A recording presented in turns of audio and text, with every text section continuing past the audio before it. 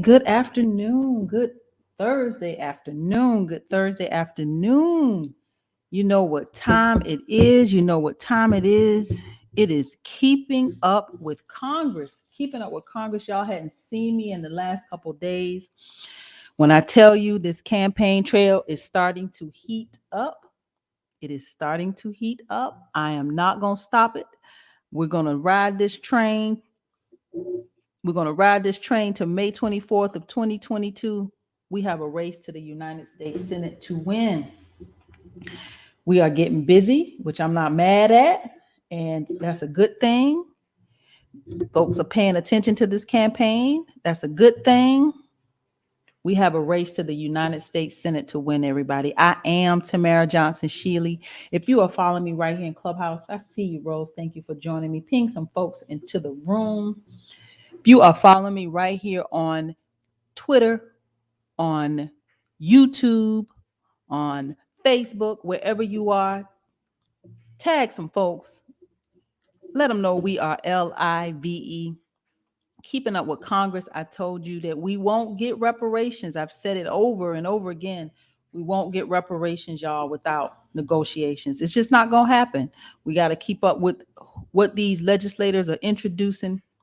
What are they, where their sweet spot is. We really have to stay engaged. We got to stay engaged. So I thank you for chiming in. I see you, family. I see you. I'll see you in a little while, Miss Jen. Thank you. Thank you. So I am Tamara Johnson Shealey, Keeping Up with Congress, Monday, Tuesday, Wednesday, Thursday. Y'all, these last couple of days, I do apologize. But I told you, if you don't see me here on YouTube and on Facebook and on Twitter, just know I am somewhere on the campaign trail. So yesterday was definitely one of those days. Thank you, family, for putting that in the chat over here. TamaraForGeorgia.com. Y'all go to the website, donate, be a part of this. We have 7 months ahead of us. 7 months ahead of us.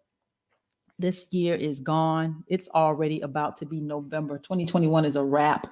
2022 is fast approaching. It's coming. It's coming and it's fast approaching.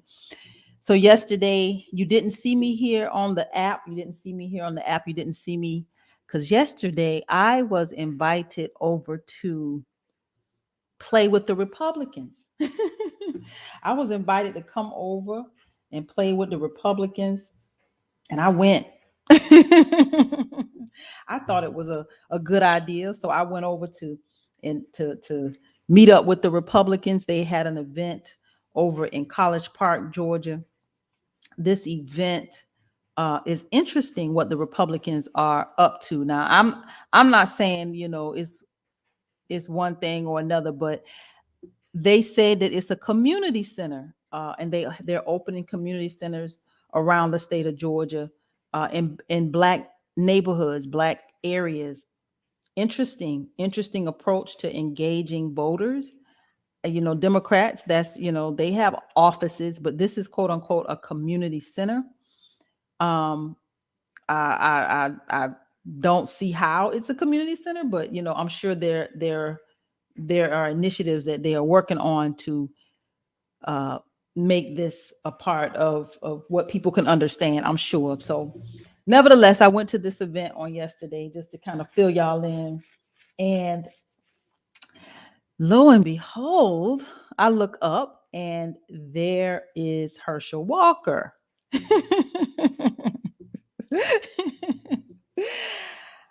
said, well. I kind of was thinking that he would be there. So I said, well, it's an opportune time to introduce myself. So there he stood, and the event was almost over, and I was over by the door.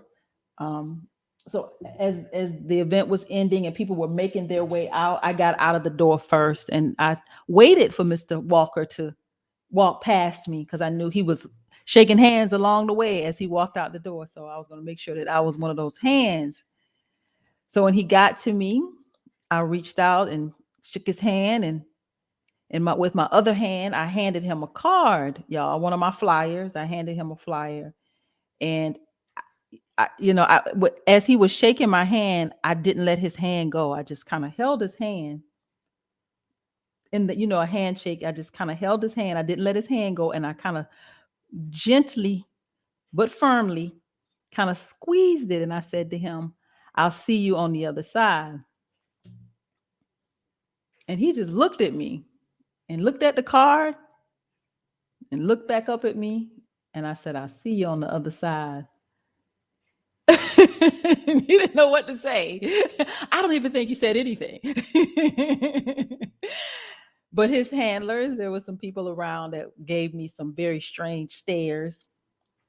But it was okay. I had my reparations bag. It was clear that I was somebody with a message. So it was interesting. He did keep my card. I did let his hand go when he didn't say anything, and he walked on. So I'm sure that is he's interested. Who is she and where she come from? What is this all about? So it was, it was an opportunity for me to meet him. I had never met Herschel Walker, and of course, I don't believe in that he knew who I was. So I thought that was interesting. So nevertheless, we got a race to win, and that's how I felt afterwards. We have a race to the United States Senate that we got to win.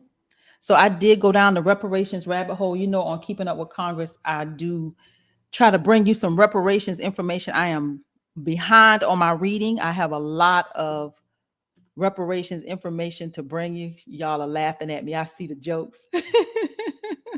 Yeah, I'll see you on the other side. and I'm thinking I'm saying on the other side of May. That's what I'm, I hope that's what he got from that, because that's what I meant. I'll see him on the other side when we get finished with the Reverend Senator. Yeah, we have a race to win. So I like to go down the reparations rabbit hole. Again, I am behind on my reading, but I'm trying to catch up. I'd like to keep you up, bring you up to speed and keep you updated as I learn and keep up with what's happening with reparations around the nation. But community engagement, it says, a major force behind the reparations project for Black and Native communities. So, y'all, I didn't know this was even a project that they were working on. So the University of Michigan, y'all, is behind some reparations initiatives. This article says a team of experts based out of the University of Michigan are working to ensure a just future for Black and Native communities in the form of reparations, y'all. The University of Michigan.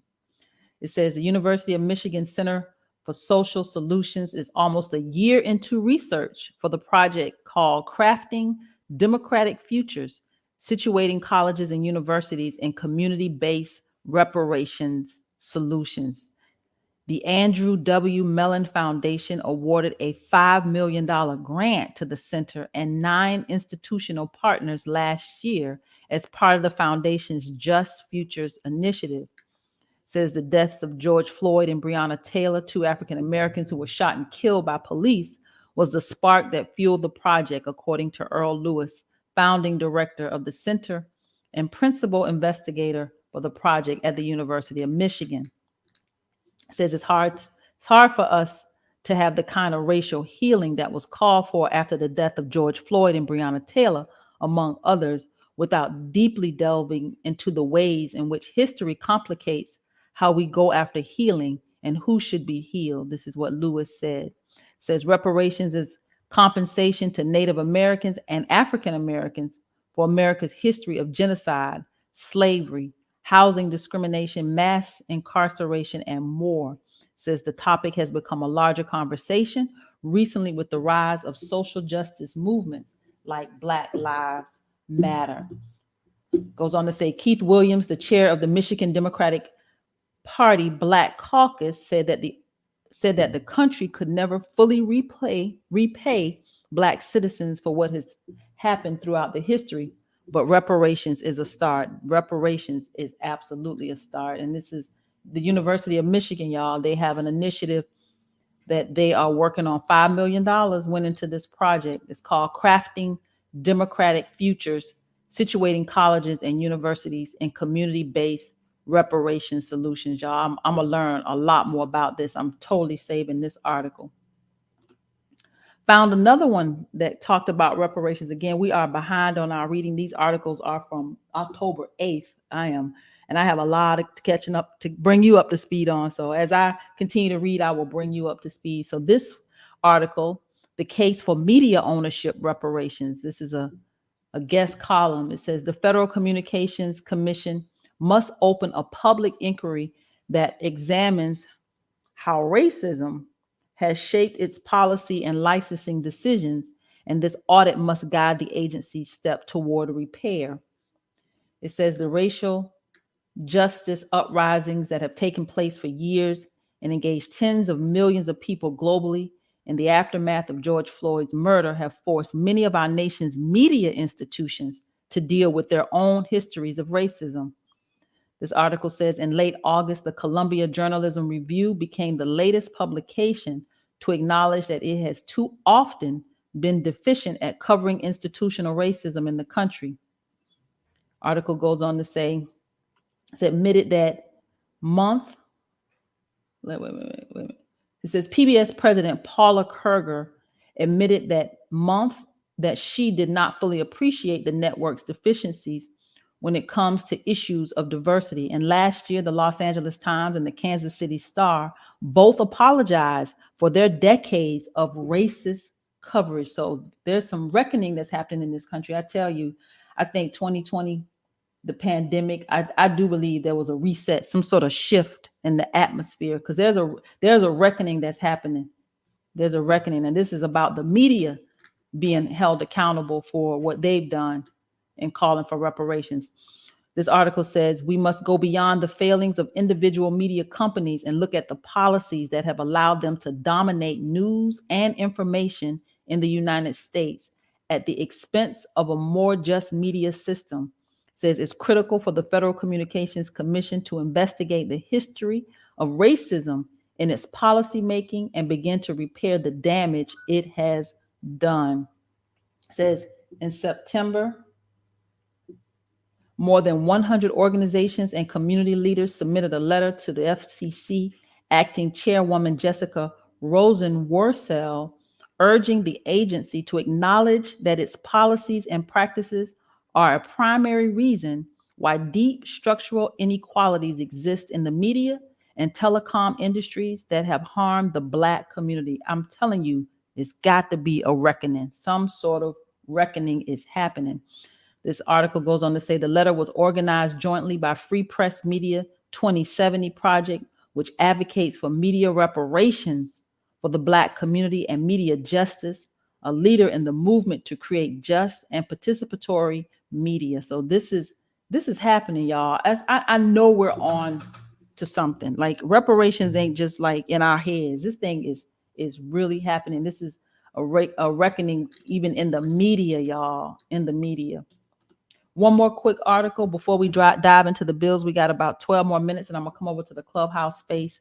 Short broadcast today, y'all. When I'm telling you, y'all, if you saw my desk, you would think that somebody threw a bomb and blew me up. It is a mess. But we're gonna get it organized before the end of the day. I promise you that. So this is one more article, Elaine, Arkansas. This article says, on the anniversary of Elaine Race Massacre, the Arkansas community says reparations are due. This is the Elaine Race Massacre. We hear about Tulsa, y'all, but we haven't heard a whole lot about Elaine, Arkansas. It says in September 30th, 2021 marked the 102nd anniversary of the 1919 Elaine Race Massacre in Arkansas. It says at the Elaine Legacy Center, descendants of survivors, their families and friends remembered the unspeakable reign of terror, loss of life, property, and land that devastated their community over a century ago. September 30th, 1919 was just the first of 3 consecutive days of anti-Black violence and what constituted one of the deadliest race massacres in U.S. history. The article says, for too long, the Elaine Massacre was swept under the rug by Arkansas press, politicians, and businessmen. It says the survivors spoke only close to home because of their trauma and fear of retaliation. Hush mouth, in quotes, prevailed for years. Generations of families, both white and black, in and around Elaine, not to mention around the U.S., grew up knowing nothing about these 3 deadly days. But descendants have kept their stories alive, passing them from generation to generation. Goes on to say a consistent theme at this event emerged. It's a truth known well by the descendants, but generally obscured by the dominant narrative that centers Black sharecroppers as the victims of the massacre. Again and again, descendants spoke of their relatives as having been run out of business and off farmland that they owned. Like the Tulsa, Oklahoma massacre of 1921, Elaine came into focus as an episode not only of mass Black murder, but also of mass Black land theft. And the residents were talking about reparations. Again, y'all, reparations is here, reparations is now. This is a quote from James White, ELC Director of Programs and a descendant, sums up the Elaine history by saying, and he quotes, before 1919, we were proud landowners, business people, educators, and professionals. And in 1919, we all became poor in 3 days, and we are still poor today. And that is the truth. We are still poor today. That's what he said in this article. And that's why reparations is due. I am Tamara Johnson Shealey. You know I got to pass the collection plate. Go to my website if you haven't. Go to the website, donate, be a part of this movement, y'all. We have a race to the United States Senate to win. We can't do it without resources. I tell you, we run a mean, tight ship, though. I can tell you that. You know, we make $1 out of 15 cents. We make it do what it do, and we make it go far. So this is hard work. But you know what? This is a race that we can absolutely win. I feel really good about it. Georgia knows who we are. We finished that race in 2020 with 100,000 votes. That's 100,000 votes. If we can get 10 of those, each one of those persons to tell 10 more people, it's a done deal. So they already know who we are. They already know who we are. We just got to stay out there. We got to stay on the ground. I'm getting ready to hit the road again at the end of the month. Hopeful to stay out there as long as we can, even through the holidays, y'all. Look, I ain't no, I don't celebrate Christmas like that. My kids are grown and gone. So heck, I can stay out there. So let's dive into the Senate bills. We got about 7 more minutes, and I'm gonna come over to the clubhouse space, 7 more minutes. Senate Bill 771, Senate Bill 771. This is Department of Veteran Affairs, Employee Fairness Act of 2021. This is Senator Sherrod Brown, Democrat out of Ohio. It says this bill repeals provisions excluding any matter of question concerning professional conduct or competence, peer review, or the establishment, determination, or adjustment of employee compensation from the applicability of a collective bargaining rights for Veterans Health Administration employees. Now that's a lot of doggone words, so I looked it up. It's a lot of words. I was like, let me look this up so we can see what this means.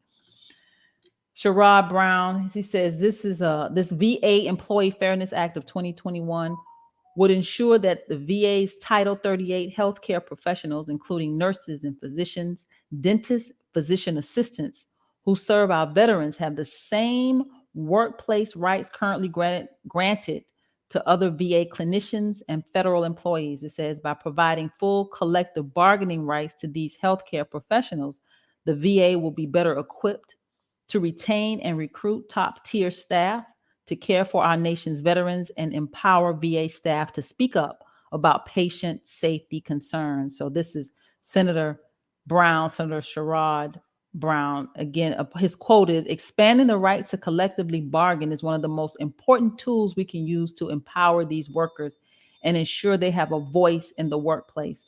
It means these essential workers can advocate for patient safety and improve healthcare coverage. They can earn higher wages and they can have more paid time off, which will improve our veterans' care and strengthen local economies, families, and communities. So that's Senate Bill 771. Senate Bill 772. Senate Bill 772 is the Responsibility for Unaccompanied Minors Act. Responsibility for Unaccompanied Minors Act. This is Senator Portman, Rob Portman, he's a Republican out of Ohio. Says this bill amends provisions relating to responsibilities of the Department of Health and Human Services for the care of unaccompanied alien children. And I found this interesting because I always wonder what happens to these children as they make their way through the system. When these children are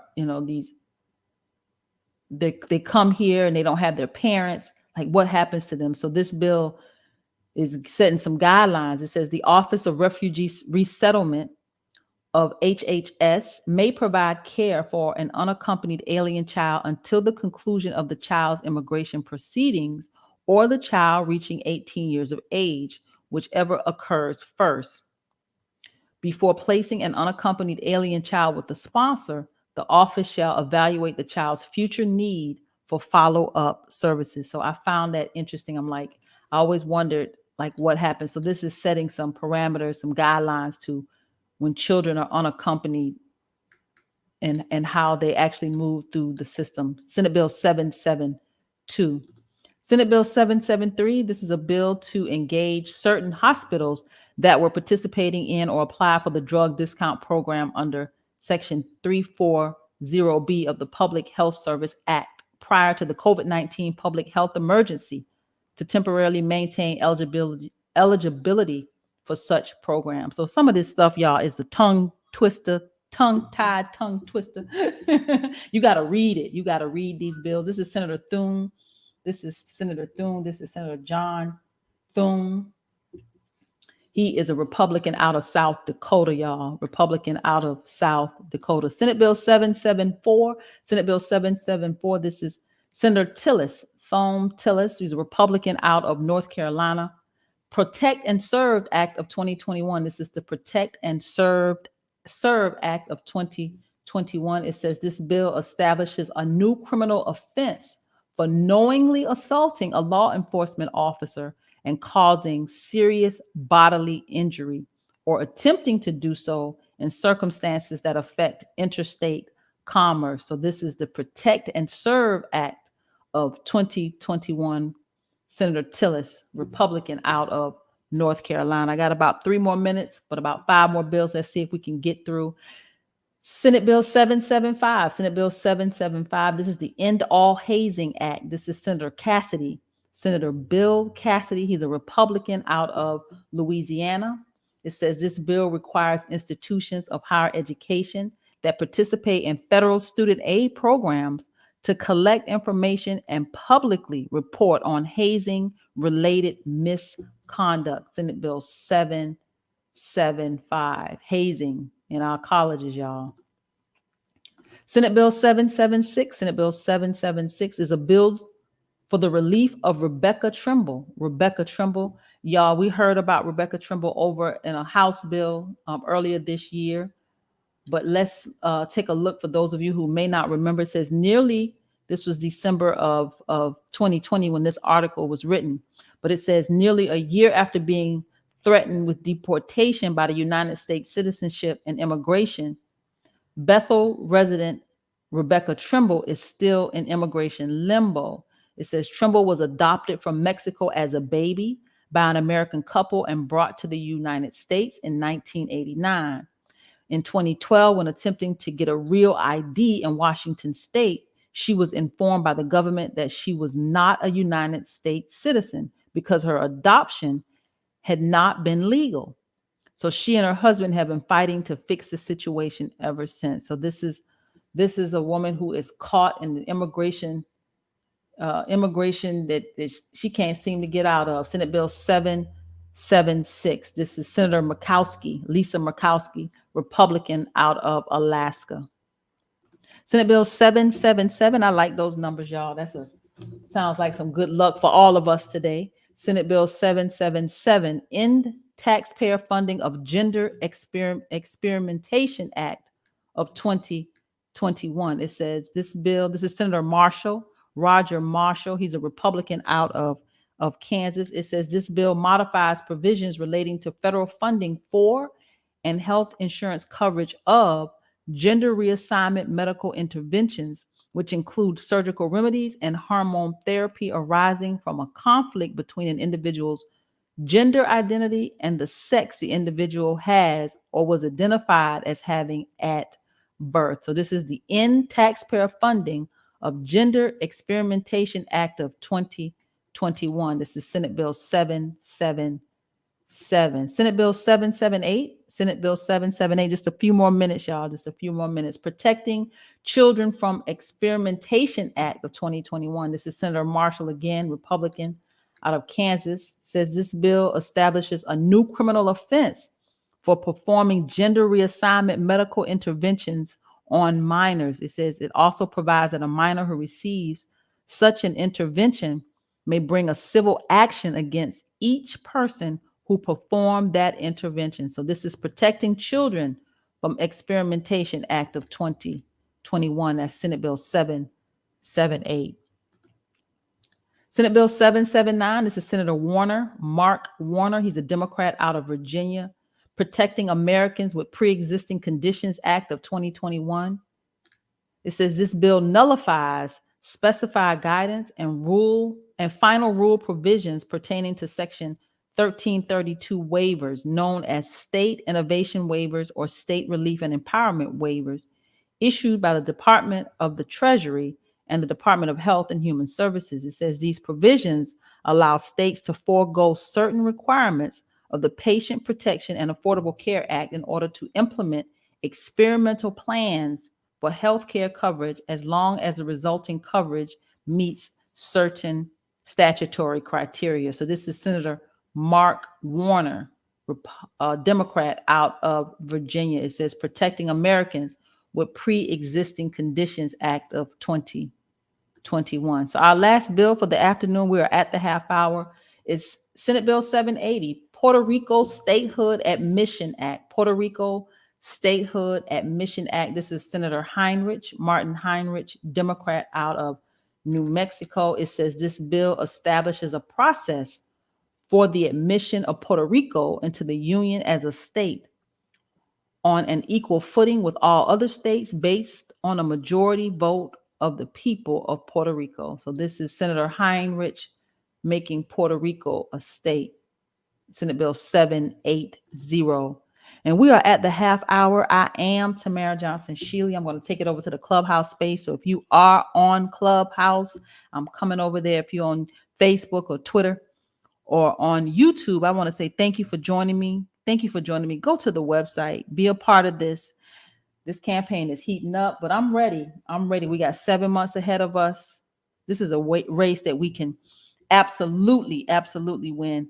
I will see you back here on Saturday, y'all. Saturday for the Saturday broadcast, 11 a.m. We're going to bring Miss Waukesha and another candidate to the stage so you can hear from them. So be on the lookout. We got Atlanta races that are happening in November. You have your municipalities around the country. November, y'all. November, make sure you get out and do the doggone thing and vote for the right people. I'll see you back on Saturday. And of course, Keeping Up with Congress back on Monday, y'all. Have a good afternoon. It's my Friday, but it's really Thursday. See you later.